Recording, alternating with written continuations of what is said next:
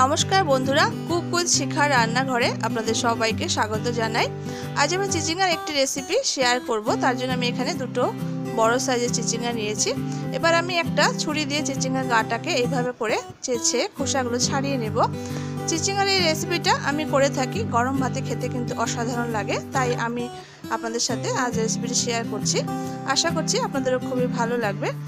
আমি এইভাবে করে ছুরি দিয়ে চিচিঙ্গার গাটাকে ছাড়িয়ে নিয়েছি। তারপর আমি মাঝখানে কেটে নিয়ে তারপর আমি এইভাবে করে ছোট ছোট করে গোল গোল করে কেটে নেব।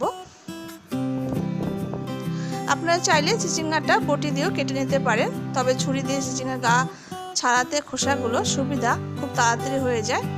আপনাদের যেটা সুবিধা হয় সেটাই আপনারা করবেন। আমি এইভাবে করে ছোট ছোট করে সবগুলো চিচিঙ্গাকে প্রথমে কেটে নেব।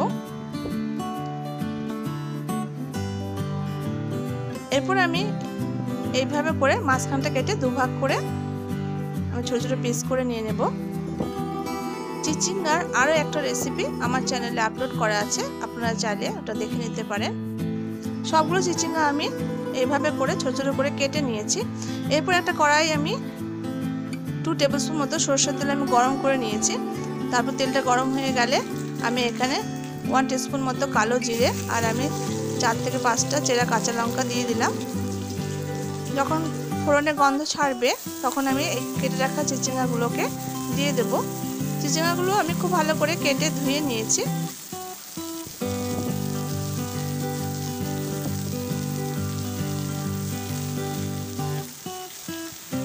সবগুলো চিচিঙ্গা আমি দিয়ে দিলাম। টেস্ট হিসেবে লবণ আর আমি 1 টিস্পুন মতো হলুদ এখানে দিয়ে দিলাম।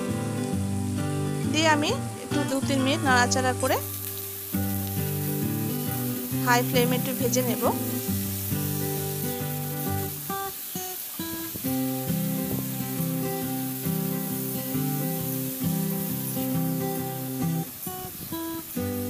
দু-তিন মিনিট নাড়াচাড়া করে নিয়েছি। এবার আমি একটা ঢাকা দিয়ে 5 থেকে 6 মিনিট মতো লো ফ্লেমে রেখে দেবো, যাতে চিচিঙ্গাটা সেদ্ধ হয়ে যায়। 5-6 মিনিট বাদে আমি ফিরে এলাম। দেখুন চিচিঙ্গা থেকে জল বেরিয়ে গেছে আর চিচিঙ্গাটা সেদ্ধ হয়ে গেছে, নরম হয়ে গেছে। এরপর আমি এখানে 1 টিস্পুন মতো আদা আর রসুনের পেস্টটা দিয়ে দিলাম আর 1 টিস্পুন জিরের গুঁড়ো দিলাম। 1 টিস্পুন আমি ধনের গুঁড়ো দিয়ে দিলাম। দিয়ে আমি আবার একটু নাড়াচাড়া করে নেব।